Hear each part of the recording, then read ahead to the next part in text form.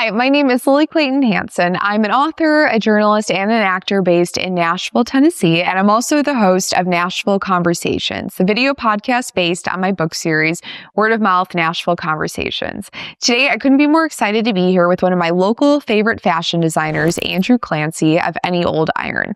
Now, Andrew comes from the north of England and from humble beginnings. He actually grew up working in his family's scrap metal business and eventually became a stylist in London, a boutique owner in New York, and finally one of the most well-known fashion designers in Nashville, who's designed for the likes of Beyoncé, Miranda Lambert, and Taylor Swift. So we couldn't be more excited to have him on today, so stay tuned.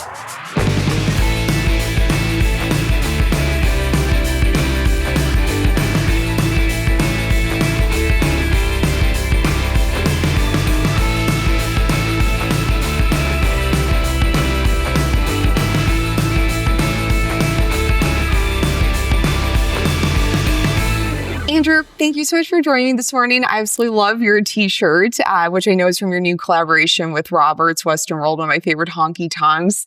And I thought we would start off by talking about something that has influenced, it seems as though, your entire career, which is music. So I'd love to just talk to you a little bit about the role music played in your life growing up and when you realized that art would have this ginormous impact on everything you did. Yeah, I mean, I think from an early age, English music is very tied to fashion, and I realized that at a very early age. So we'd have like a favorite band or a favorite genre, and everybody would kind of dress like that. Mm-hmm. So I went from punk to mod to ska to new romantic. And they all have their own kind of definitely identities for fashion. So I've always kind of like been a bit of a chameleon and kind of swapped around and kind of done all these different type of genres. And it definitely influenced me into kind of like making the label what I think right now is a bit of a mishmash of all of those things. I think we're kind of like a mixture. I always say that, I'm like a punk Liberace, which is kind of like the disco with the punk, with the rock and roll as well. But I don't know, the music influenced me, and it still does today when I'm like listening to a band in the store, and it'll kind of give me a feel and a moment. And it definitely influences my collections for sure. Like for now we do 1-2 collections a year, and I used to do like space and like Michael Jackson and jungle and all these different kind of genres, and now they were all kind of still a bit rock and roll, still music inspired and still there, but now I've kind of narrowed it down to, well, being in Nashville we do Western, but we do our take on it. And then we do a music collection every year as well. So it's like tied to the musicians and the bands. So I'm always kind of listening for new like music and like ways that I can bring it into the fashion. Yeah. Well, I would love to know a little bit about your upbringing, because you grew up in the north of England, Yorkshire to be specific. And I know that you grew up in what we would refer to in America, at least, as like kind of like a blue collar sort of setting. And so your family owned its own business, which I would love to talk to you about. It dates back to the 1800s. Was culture like easily available? Like, were you going to like lots of shows when you were younger? Like, was art all around? Or I guess, how did you get your exposure to that pre-internet, mind you? Yeah. Not so much, like not too much art, I would say, at the early days. I think it was definitely music. So it was like from 15, 16, I started going to gigs, I remember going in through the back doors of some like working men's clubs to go watch a band called the Redskins, who was a skinhead band, and, getting somebody to buy me pints of cider at 15, 16, not remembering getting home, that type of thing, sneaking in the back door. All these kind of memories start from around that age. And so I would just try and go see as many concerts as I could. York is where I'm from, and not so many bands used to play there. And so we would go to Leeds, and but early days I was punk all the way. Mm-hmm. But I always liked to be a little different and dress a little different in York. So I don't know where I got Moschino, Versace into my head. I don't know where that all happened, but it was like in the early days of like, teenager. And I just kind of kept going in that fashion mold, and trying to find any art at that time was very rare. There was no, the art galleries would like all old art. There was no such thing as modern art in kind of the Yorkshire areas and stuff. So yeah, I think the art that I got was through music. That's the closest, that's how I could describe it. Today's episode is sponsored by Freeman Webb, a trusted leader in multifamily and commercial property management. From stylish apartments to smart commercial spaces, they manage it all with care and compassion. Driven by a daily mission to provide exceptional service and build meaningful connections with everyone they encounter. Discover your next home or workspace at www.freemanwebb.com. And I know that you dropped out of school at like a pretty young age, right, to go into the working world. Yeah. I would just be curious to know about like your early, sort of career influences, and I mean, I guess how that positioned you to eventually start your own business. So I think I left school at 16, straight into the family business, which was a scrap metal yard, which started in 1872. So that's like a 135-year-old business, basically. 125 when I left it. And isn't it run mostly by women? It was started by a woman in 1872 called Lillian, my great-great-great-grandma. And it started off with rabbit skins. See, she would buy rabbit skins off people and then to sell to the furriers for making coats as well. And then also there was like secondhand clothing as well, so like old clothing. So I mean, scrap metal and were the first recyclers. They were we do clothing and we do scrap metal, and the name Any Old Iron comes from the scrapyard. It's like they used to shout off the back of the horse and carts to bring your metal out. They'd shout rag and bone and Any Old Iron. Mm-hmm. And when I got to New York, actually, I was like, oh, what am I going to call this business? I have no idea. I'm going to call it Rag and Bone. And then I Googled it, and then I realized in the same neighborhood as that I'd opened in my store, there was Rag and Bone already existed. Mm-hmm. And I was like, oh, damn, what am I going to... So Any Old Iron, it was another kind of cry, it was like an homage to keeping it in the family business. But, at 16, straight into, it was expected, I was like, my grandma was my boss. She was the head of the family when I went to work, Edith. And, it was my grandma and her 3 sons, and then me, the boss's son. So I learned how to drive forklift trucks. I was a lorry driver. I do kind of like long distance stuff. It was like 10 years of hard labor. It was not easy. It was like working outside in the cold, in the heat, like loading. I remember loading skips full of like scrap metal that you could hardly lift on my own, like 8 tons in a day. I had to like load and throw it into the thing. So everything after that is like super easy. I'm like, I was just about to say, it's like all the like hours that like entrepreneurship, includes. You probably were like, whatever. Like, yeah, as long as I'm not having to haul a bunch of crap all day long. But it definitely gave me my work ethic. I definitely makes me think, well, God, this is easy. I can work. I like to work 8-hour days. And then also when I get home, it's like, I don't feel like I'm working though. That's the thing. This just feels like after working in the 10 years in that scrapyard, it kind of feels easy, so I'm just enjoying it. I mean, it's not a job. During that time, were you like dreaming of like more like glamorous days, or like, I mean, I can't imagine you like spending all your days like not surrounded by like beautiful clothing and like music and stuff. I mean, were you like feeding like that creative side outside of work, or did you just kind of put it aside? Do you know what? I was a skateboarder, so I used to use that as a kind of push myself into some kind of like a creative kind of genre. So I competed in the European Championships. I did street skating. I was like, I skated every day for I think maybe 6 to 8 years. I was like kind of in it, Very serious. And then with that was the music scene, and then was the fashion that came with all the skate stuff as well. So we would pick up on American kind of fashion, like the Thrasher kind of look as well. And then like, it got me into all my American bands of like Suicidal Tendencies and all that type of stuff. And it's so weird. Like now we're actually dressing the people that were in those bands, with Metallica, with Robert Trujillo and stuff as well. And it's like, it's a weird full circle. It's like I always remember I was at work, and I was like 18, I think, and I'm reading a newspaper, and it was like there's a model in this newspaper, and I was like, she was like a very kind of famous model, and then I don't know, 8 years later, I'm working with the model, and she's the makeup artist on the shoot and stuff, and I was like, oh my God, this is like, how did I end up from looking at her in a magazine to being with her on a shoot, it was like mind blowing, you know? Yeah. And like all my friends in England are still like, well, how the hell did you do that? Wow. I was going to ask, so you got into the fashion world through styling, which I mean is, the path of many. And it was through your sister, actually, who also has taken a similar path to you as you, from styling to being a fashion designer. Can you just tell us a little bit about that first experience and I guess how it was formative in terms of how you approach design today? I mean, I would say that it started with Julie, my sister Julia. She's a designer as well, Julia Clancey.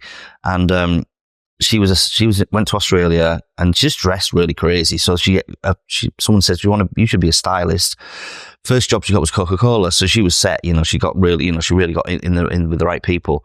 Moved back to London and she was like, what, you want to come and help me on this shoot? And so I was like, okay, I took the day off work. It was like a guy off Coronation Street, Adam Rickett, I think he was. And I had to, take all the t-shirts and I had to distress them and kind of like, make them cooler for the people in the audience and for Adam as well.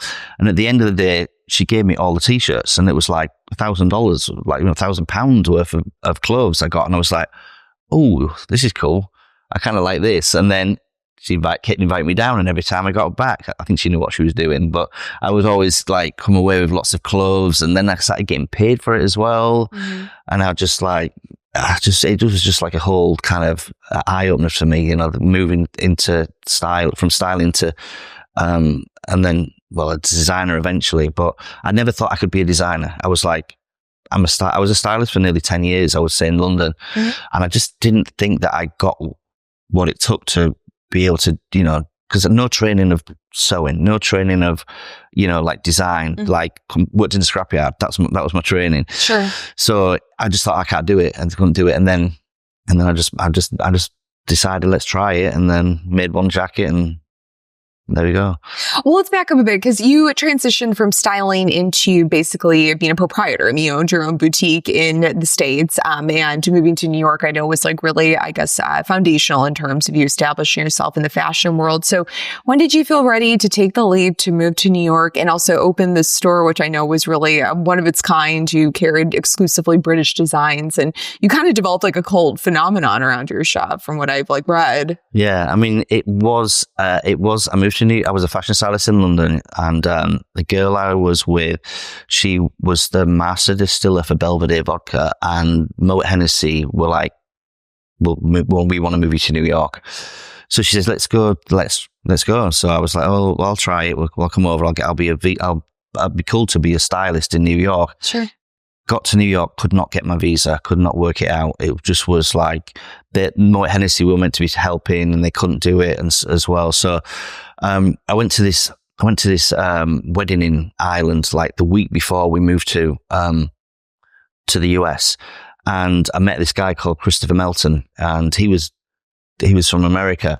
And people say, oh, you should know Chris. He's a good person to know. So I remember we went for dinner at Soho House in New York the second week we got there. And the next week he invited us to his house in the Hamptons.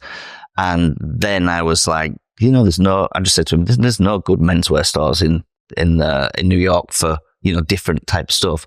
And he's like, well, write me a business plan. And that's kind of how it started. And I ended up getting my visa through the store. Wow. Okay. Not as a stylist, yeah. And as far as the carrying exclusively British designs, I mean, obviously you are representing your native country, but I mean, was that something that you were like kind of scoping out before as a stylist? Did you have like your list of designers that you were super excited to carry and bring over and introduce to the public? I mean, listen, I worked as a stylist with all the brands that I brought over before, so I would go there and borrow their stuff for the shoots. Mm. So when I moved to New York and I'm saying I'm opening a store, I'm all the best friends now. I mean, I've got on with them anyway. But like a very good friend of mine is Stuart Trevor, and he started All Saints. Mm-hmm. So he definitely helped at the very beginning. We stock his newer label, Bolangaro Trevor, and he was like, it was a great help with the industry, my production as well. He helped me get my I would say my production in India was totally down to him. And I don't know, just like having all British brands in the Lower East Side and had a big British flag outside as well that kept getting stolen. And he made the flag, because did Stuart Trevor, and it had this like vintage flag. And after the second one got stolen, we were like, oh, let's make it out of wood. So, that was so. And it was. I just thought it was kind of fun that we'd got a British flag flying down the Lower East Side in the middle of the US, and it's like, you know what I mean? It's like the Brits are invading again. So this is pre like social media campaigns and like stuff going on viral on like TikTok. Like, was it just exclusively word of mouth that, I mean, like, you know, I guess your store gained a whole bunch of buzz and momentum? Because I know that there was also like sort of a sceney kind of like party kind of like ambiance around the shop as well. Definitely, yeah. I think it was word of mouth to a certain extent. We did get in the first week a piece in New York Times style, so it was like a full page of the store. So that helped and brought a lot of people. Mm-hmm. But yeah, it was just like a building kind of thing of collecting kind of weirdos, basically. I mean, not so weirdos, but we had a lot of weirdos. We had a lot of characters, you know what I mean? That would, you know, characters that would dress up, that would, you know, make a difference. And when we did our store parties, it was like, everybody was like, you've got to go to the Neil Down store party. It was kind of, lock in and like till the early hours. And yeah, the Lower East Side was a lot of fun back then. When did you start attracting a more like celebrity sort of like society clientele? And like, I guess, how did you, handle that kind of like attention?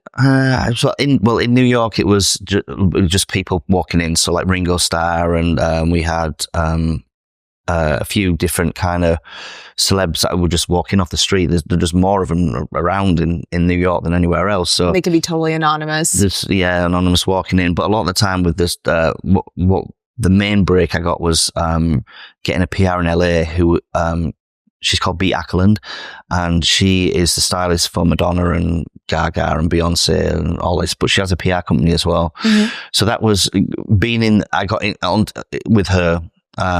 She said to me, I showed her the collection when I started designing. So I think we jumped a little gap there, but she was, your collection's 30% sequins and it's 70% like men's tailoring. She says you should turn it around, make it 70% sequins, and then I'll carry it. You have to kind of get invited by her to be in her PR, even though you're paying her shitloads of money.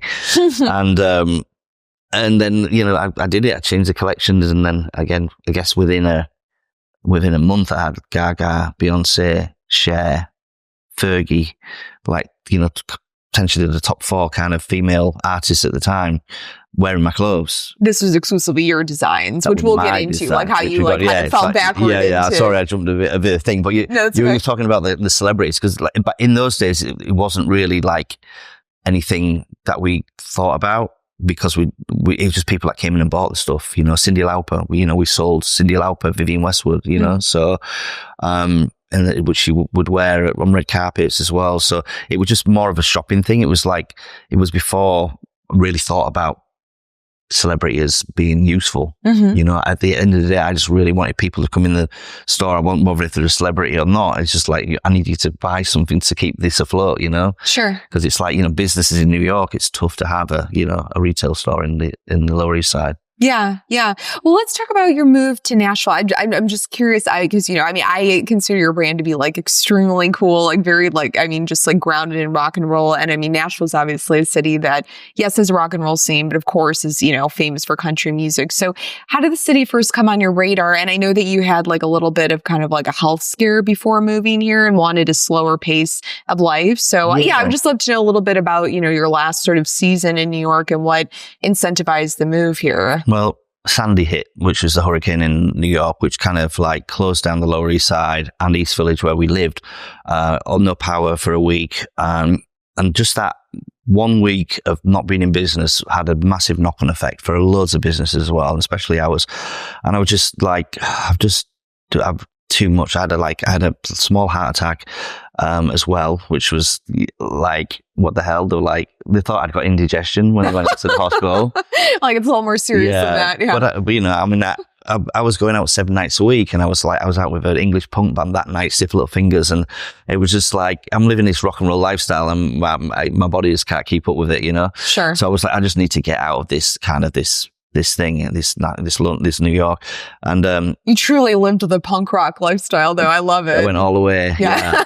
And then all the stylists were coming in from Nashville, and they were like, I remember it was Big and Rich's wife, one of Christy Alfiev, I think she's called. She was married to Brit. So she was like, you got to move to Nashville. Abby Franklin, who used to do the wardrobe for Prince, she was like, you got to move to Nashville. The country stars don't want to look country anymore. They want to look more contemporary. Yep.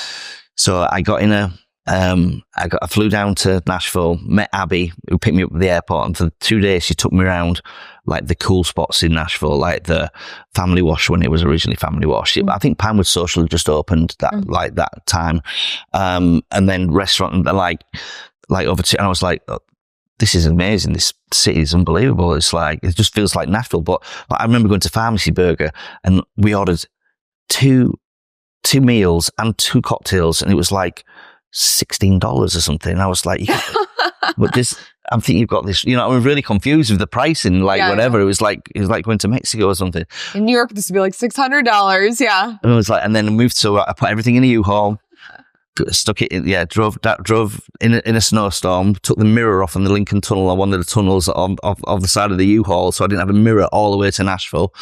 And then got to Nashville anyway, and we got settled in, and then realised that there was only 8 places in Nashville. The places that she's taken they were the only places that you would go to. So there was like, we've done them all. What do we do now? So at the beginning of Nashville, it was like, oh, what the hell have we done? It's like, this is like a go. I remember buying newspapers to try and find things to do, which is like, this was pre explosion. Yes, sure. I think the internet was still going, but even still, it was like, wow, what do we do here? But obviously it's changed a lot, and I feel it was great that there wasn't so much to do when I got here, because it gave me time to set up the label. We rezoned the property on Shelby Avenue, took 6 months to do, so we couldn't have a business for 6 months apart from kind of private appointment. And in that 6 months, it's when I worked out how to make a fashion label, how to start making my own clothes, basically. And let's talk about getting into design, because I know that kind of happened by default. Didn't have something to do with you or ordering, a specific type of jacket, and all of a sudden the designer couldn't produce it anymore, and so you thought, well, F it, I'm just going to make it my own. That was totally what it was. It was like a sequin jacket that we had. I remember we used to sell it for $1,000, and it blushed a black sequin jacket, and it just kept selling out and selling. And then he said, I'm not making sequins anymore. So I was like, damn. And I went to Textile Fabrics in Nashville, and they were like, I was talking to them and stuff, and they're like, oh, look at this fabric we've got in the back. And it was like this fabric that changes colour, the mermaid fabric that people call it. Yeah.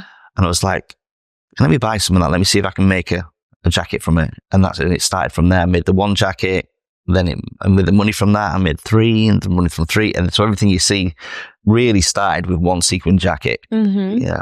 That's so cool. So did you feel confident in your design skills right away? Or, I guess how long did it take you to feel again, as though you were a fashion designer, since again, you just kind of fell sort of ass backwards into it?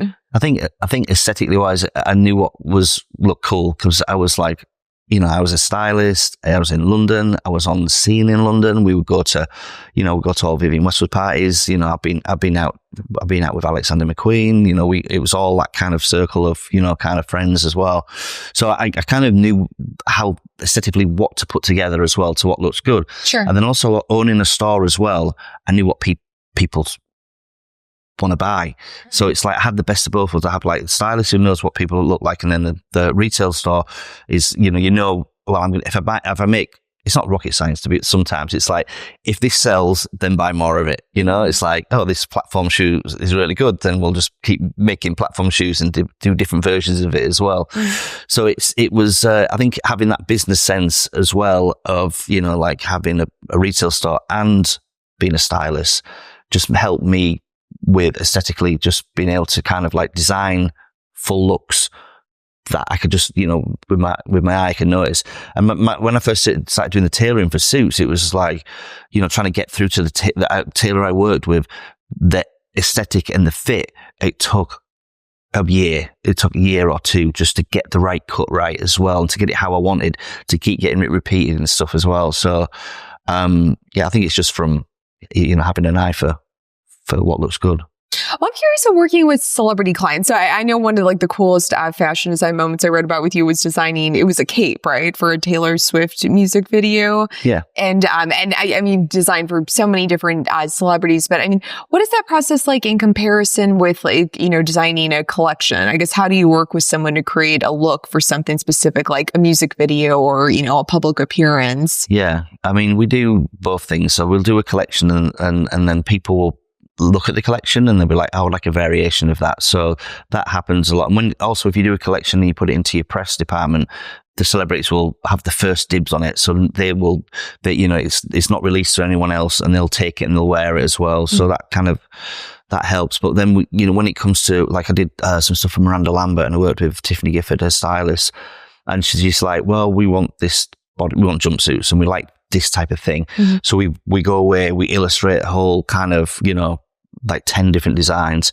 present it, and they'll be like, well, do this, tweak that. And then we kind of work to the brief, but give them more options than they need. And then we just then we'll make it. And yes, it's quite simple, but not. Especially with like the musicians, I imagine it's super fun to, I mean, again, work with someone, whether it's for like a, you know, music video for a specific song or like taking like their album into account. Do you get like really, I guess, into whatever creative work that they're making, a lot of influencer designs? Yeah. I mean, it does definitely help meeting the celebrity, because a lot of the times you don't. And whenever I do, and I have that connection, we work it out, they get a miles better product in the end of the day. It's just something more hands-on. So I'm doing some stuff with an English band called Erasure right now. And the manager is like messaging me, can we do this all the time, you know, and then Andy came into the store as well. So he, you know, you see the figure, the body and the shape of somebody, you know, I never get kind of starstruck or anything like that. It's just another, I always think it's just another sale. We're making more money. It's a business, you know what I mean? Yeah. But for me, it's like, I don't know, I just like the connection of all that type of thing, because that's how it used to be in the old days, you know. There never used to be all the stylists and stuff. You just used to work with you know, Sean Manuel never used to have he used to work directly with the artists, and it gives you a miles better product when you do that as well. Like, it's someone like creating like your look. I mean, that was a big thing. So, I mean, you're in a way doing that as well, which is really cool. What is it about sequins and, I mean, producing clothing that's like super like striking and eye-catching that I guess has always like moved your creative spirit? Like, I'm just curious, because I mean, just have like such a specific look that you could literally spot from like the moon. Well, I mean, I've always been like a peacock, I would say. So even when I said the early days, when I was like 16, 17, I was buying Moschino and buying Versace, it was always very bright and loud and kind of crazy, you know, and I just always liked when you walk in a room and everybody turns around and look like, who's this, you know? Mm. And that's what any old iron is. It's like, if you walk into a room and people don't turn around or ask you where it is or whatever, then I've not done a good job. And so that is my kind of, you know, it's like definitely my aesthetic is to stand out. It's, you know, it's not for kind of wallflowers. It's for people who, I say as well, I said, if you wear one of my jackets and you go on a night out and you don't have the best night of your life, then I'll give you your money back. But you got to give the jacket back as well. And I've never had anybody give me anything back yet. So Yeah. I imagine so. Do you remember the first piece you designed, whether it was for like a collection or it was for a personal client, where you thought, man, I'm really good? Like, I never think that. I never think I'm really good. I always think that I can do better. So I'm always kind of trying to do the next best thing. Mm-hmm. And I don't say I get bored with some things, but there's one jacket which is the oil slick one, which has merely made the business, I would say.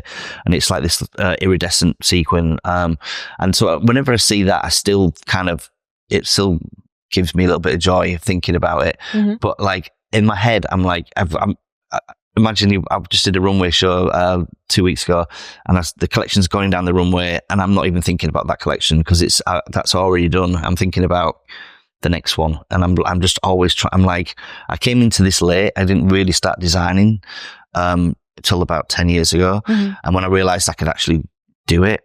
So now I'm just constantly I'm probably making too much. I have to probably pull it back a little bit. But I'm just constantly designing, constantly. For me, it's the more, you know, getting paid for it is great. but it's the actual art that is important to me now. It's like coming out with that piece, that look where people are like, whoa, so. What is your design process like? I'm curious, is it like, old school, pencil and paper? Do you have like mood boards like all over the place? Or, I just always thought the process of anyone's creativity is so interesting, but fashion designers always really, fascinated me. Yeah, we'll do illustrations for certain, and I have like on the first floor of my store, it's just retail. The floor above it is like a studio, and I have like all the walls have got like kind of like sketches and ideas and stuff, and fabric swatches as well. But really, tailoring is our kind of like our specialty. Mm-hmm. And so there's not much can change with the silhouette of a suit. We kind of don't go very away from it very much, but it's the actual textile, it's actual, the fabric and the hand beading and how we create the patterns. So that's my main focus, is working on the actual textile. It's like I feel more of a textile designer than I actually do as a fashion designer, which is like, because we just come up with different ideas of doing patterns and beading, and then we actually make the sequins, we make the fabrics as well. So it's not like when I first started, I'd go to LA and I'd fabric shop and do it that way. But now I've got to a stage now where, but the thing was, it's like then that would run out, and then I'd want to buy more and I can't. So now by making all your own fabrics, then you've got control of how many you make as well. And I think it's more sustainable as well. So. Wow, that's amazing. I didn't realize that. Yeah. So what's the latest vision for the brand? Because I know that you had gone full into wholesale, then kind of recently pulled back, and you've done the design sort of world. I'm curious, is your vision to be in every store in America, or is it to just really exclusively focus on your niche clientele? You have to keep the business core as it is and have the mothership is the store on 4th Avenue in Nashville, and that will always be the center sort of thing. And it's about growing that store. We've got 4 floors right now, so we have I want to take the next floor and have that as more of a suiting and booting thing. So we're moving into footwear more. We're making more boots. And then I want it to be an experience where you come in, you get measured, there's a bar up there, there's couches. It's like an experience. Yeah, sure. So that's the next step for Nashville. But then we're going to do wholesale markets as well. It'd be nice to be in some of the nicer stores, around the country. It's a lot of work doing the whole thing, because I'm really kind of working this myself. I'm behind the scenes. There's I have a manager at the store, but everything is done by me. So I'm doing as much as I can with the manpower that I've got right now. So I don't know. I'd love to be in every store, I guess. Love to be around the world. Everybody, it would be great. But you got to think as well, it's how much is too much, how much is too much work, and how much money do you really need, Yeah, well, and also I think it comes down to your goals too. It's is it either to make tons of money and be in every single store, or is it to be a really great designer, See, I like to make the money so I can make whatever I want. And that's the only reason that we, all the money that comes in always goes out to more creative things, more genres. So this season we're doing denim, which we've never done before. So, I'll invest in the parts of the business just to try and make it more more like a lifestyle brand, I would say eventually. I've even thought furniture as well. So I just see, if I can just keep designing and just keep creating, then, having the money to be able to create and just I think it's a luxury. What I've got really is being, if I want to make this suit and it's going to takes 3 months to make, and it's all completely hand beaded or whatever, every square, whatever we've done to projects like that, is I can do that. And it's just I just want to do it for the art. Mm-hmm. So yeah, the money's good because it makes me be able to do whatever I want. Do you ever aspire to have a gallery exhibition of your work? I've actually thought about doing actual art from the designs, and kind of doing some kind of mixed media thing where it's a suit on the wall. It's in the art, but it's we work around it with different textiles. So I have actually thought about any old I consider it art anyway. It's like a t-shirt, a design. There's t-shirt art, and so I think it'd be cool to do an exhibition of I'm not that far into it enough, I think, to have if it would just be fashion, but I'd like to branch out and do some more kind of traditional art as well. Yeah, very cool. I love it. Maybe not traditional, but non-traditional, traditional. I don't know. Like stuff. Kind of crazy stuff. I can imagine all sequins. Yeah. Well, you are in your third Nashville location. You started off in East Nashville and were kind of a pioneer over there, moved over to Music Row. And then most recently you are like right smack dab in the middle of downtown. So I would just love to know how you feel that the city of Nashville has supported your business. And if you could have seen having this kind of like, growth, especially as a designer anywhere else. I think when we first moved to Nashville, there was a lot of fashion brands here. Mm-hmm. There wasn't a lot here. There's Imogene and Willie, and then there was there was a shoe company as well, and it just didn't seem to be much. So by having the store early days and being like an early kind of fashion kind of brand in Nashville, I feel that if anybody was coming from out of town to write about Nashville, they want to tick all the boxes: culture, art, galleries, fashion. And so we would always get into that fashion thing. So I think being in Nashville at the very beginning for the beginning of the growth, which is like 12 years ago for us anyway, we've grown with the city for sure. It's like, we've worked with the mayor's office. We work with the Tennessee Waltz. We do a lot with charities. We did donate a lot of our garments for charity as well. So I feel like we've become part of the kind of community of the city, and I want people to think of if they think of Nashville and think of fashion, they'll think of us. That's the goal. And being where we are, the location now has just opened up like a whole new kind of customer base. Yeah, well, it's very exciting to be in that part of downtown too, because I feel like it's sort of it's got like the old school, like historical, side of it. I mean, with all the buildings being, from like the turn of the century, but also, I mean, it's very vibrant in the respect that lots of new businesses are moving in. So yeah, no, it's definitely an exciting place and exciting time to be in Nashville. And I thought it was going to be 2 years in Nashville, but because of how nice and lovely the people are here, everybody's super friendly, So that was a bonus at the beginning, and it feels like living in a northern town almost. Because in England, it's like we're in the north where everyone's super friendly. It's like in the south, it's like the kind of the opposite in the US and the UK. And so just the support that we've had from the like Visit Music City, they put me in one of their TV adverts as well, the last one. So we just keep getting support from different angles, and that everyone seems to be really kind of helpful, So and there's other fashion designers have now moved to Nashville, and we support each other. Everybody is like it's good for business. It's good for the city to have more fashion. Absolutely. Yes. Well, just going full circle, last question. I'd be curious to know your family, if they were surprised at like the direction that you took your career in, and how they feel about you carrying on their namesake with your brand. They're definitely surprised, and maybe thought at first when I left, they were very upset because I was the last grandson, the last Clancey, for the last person that could run that scrapyard, so that they had to sell it actually last year. But my dad's happy because he's retired now, and he's like, and he kind of said to me that he was for the first time, he was like, oh, you did the best thing leaving the business. I'm very proud of you, what you did, and it just feels, the right move that I did was, to leave the family business all those years ago.